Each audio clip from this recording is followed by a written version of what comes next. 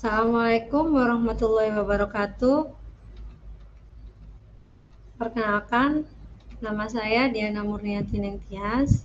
Saya guru di SMA Dharma Wanita 1 Medangan. Pada siang hari ini, saya akan melakukan pengibasan tentang AKM sebagai salah satu bentuk pengibasan saya setelah mengikuti bimbingan teknis AKM yang diselenggarakan oleh Kemendikbud pada bulan Januari tahun 2021.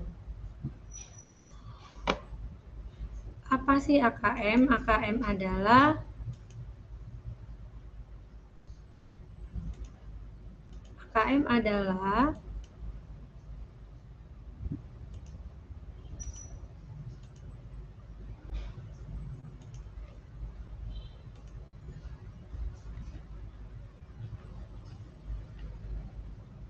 latar belakang AKM. AKM merupakan asesmen kompetensi minimum yang menggantikan ujian nasional, dikarenakan ujian nasional materi yang diujikan terlalu padat sehingga siswa dan guru cenderung menguasai penguasaan konten bukan kompetensi penalaran. Sedangkan UN sendiri menjadi beban bagi siswa, guru, dan orang tua karena menjadi indikator keberhasilan siswa sebagai individu. Yang ketiga, UN hanya menilai aspek kognitif. Maka dari itu, sebagai arah kebijakan baru, di tahun 2020 UN akan dilaksanakan untuk terakhir kalinya. Namun karena masa pandemi kemarin, UN hanya sempat dilaksanakan untuk SMK, sedangkan untuk SMA, SMP, dan SD UN dilaksanakan tidak terlaksana. Tahun 2021 UN akan diubah menjadi AKM dan survei karakter yang terdiri dari literasi, numerasi, karakter. Apa sih perbedaan UN dan AKM? Jenjang penilaian sama untuk UN dan AKM. Level siswa untuk UN dilaksanakan pada siswa tingkat akhir, sedangkan pada AKM kelas 5, 8, 11, untuk kelas 9 dan 12 opsional. Subjek siswa untuk UN seluruh siswa di tingkat akhir, sedangkan AKM sensus sekolah dengan sampel siswa. Tingkat jenis tes. Untuk UN high stake, sedangkan untuk AKM low stake. Model soal untuk UN pilihan ganda dan isian singkat. Sedangkan untuk AKM ada beberapa variasi bentuk soal, mulai dari pilihan ganda kompleks, menjodohkan, drag and drop, highlight, isian singkat, esai, dan soal interaktif. Sedangkan untuk periode tes per siswa, untuk UN sendiri 4 hari, sedangkan untuk AKM hanya dilaksanakan selama 2 hari. Model pelaksanaan untuk UN semi online, sedangkan untuk AKM full online, semi online dan offline untuk sekolah-sekolah tertentu. Sedangkan metode penilaian untuk UN CBT atau computer based test, sedangkan untuk AKM computerized adaptive testing dengan multi-stage adaptive testing.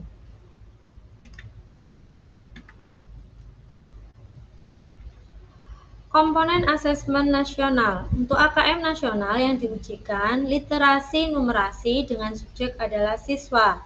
Sedangkan untuk survei karakter yang disurveikan adalah aspek terpilih dari 6 profil pelajar Pancasila.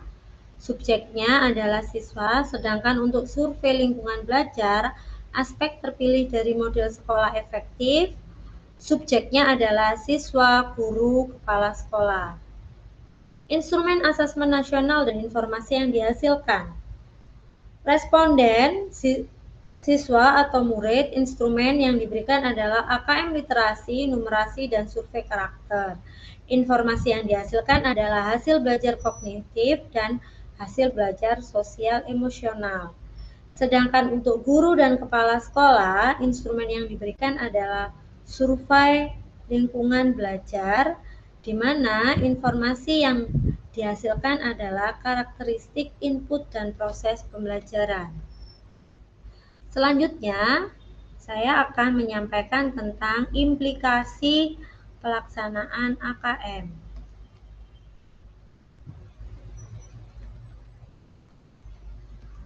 Pada implikasi pelaksanaan AKM, saya akan membuka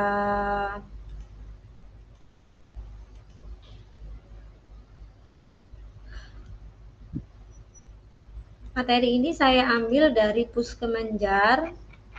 Jadi di Puskemenjar kita semua bisa cari sumber tentang AKM dan lain sebagainya. AKM dan implikasi pembelajarannya.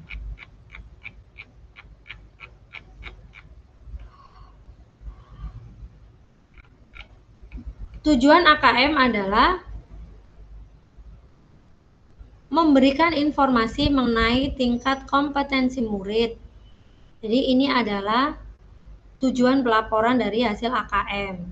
Sedangkan tujuan AKM sendiri dirancang untuk menghasilkan informasi yang memicu perbaikan kualitas belajar mengajar yang pada gilirannya dapat meningkatkan hasil belajar murid. Komponen instrumen AKM. Konten pada komponen instrumen AKM dibagi menjadi dua, yaitu literasi dan numerasi. Literasi sendiri, konten pada literasi membaca menunjukkan jenis teks yang digunakan. Dalam hal ini, peserta didik dapat membedakan dua kelompok, yaitu teks informasi dan teks fiksi. Pada numerasi konten dibedakan menjadi 4 kelompok, yaitu bilangan, pengukuran, dan geometri, data dan ketidakpastian, serta aljabar. Tingkat kognitif yang menunjukkan proses yang dituntut pada literasi berbeda dengan pada numerasi. Pada literasi membaca, level tersebut adalah menemukan informasi, interpretasi dan integrasi, serta evaluasi dan refleksi untuk tingkat kognitif pada literasi. Sedangkan pada numerasi, ketiga level tersebut adalah pemahaman, penerapan, dan penalaran. Berikut kita lihat tabel 1. Ini adalah komponen AKM yang terdiri dari konten di mana literasi membaca dan numerasi. Untuk konten literasi membaca ada dua, teks informasi dan teks fiksi. Sedangkan untuk konten numerasi ada 4, bilangan, pengukuran dan geometri, data dan ketidakpastian, dan yang keempat adalah aljabar. Yang kedua adalah proses kognitif.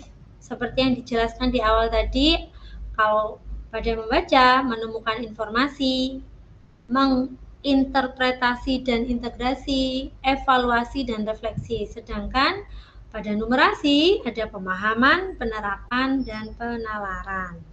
Untuk konteks sama, baik itu literasi dan numerasi. Di sana ada personal, sosial budaya, dan saintifik. Berikut adalah contoh-contoh soal AKM. Jadi di panduan ini kita bisa melihat contoh-contoh soal AKM dari jenjang dasar sampai dengan jenjang atas, di mana satu stimulus bisa digunakan untuk beberapa bentuk soal. Contohnya soal infografis berikut. Digunakan untuk bentuk soal benar salah, untuk pilihan ganda kompleks, dan untuk uraian. Nah, seperti ini.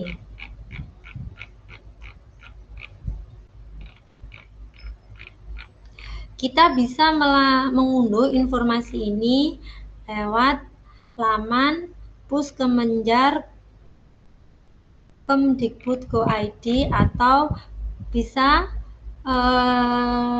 dicari di laman Google dengan mengetik Puskemenjar. Bagaimana hasil AKM dilaporkan? Hasil AKM dilaporkan dalam 4 kelompok yang menggambarkan tingkat kompetensi yang berbeda. Yang paling bawah adalah tingkat perlu intervensi khusus, yang kedua dasar, yang ketiga cakap, dan yang keempat mahir. Sama dengan ini berlaku baik di literasi maupun di numerasi. Baiklah, sekian proses pengimbasan yang saya laksanakan. Mohon maaf atas segala kekurangan.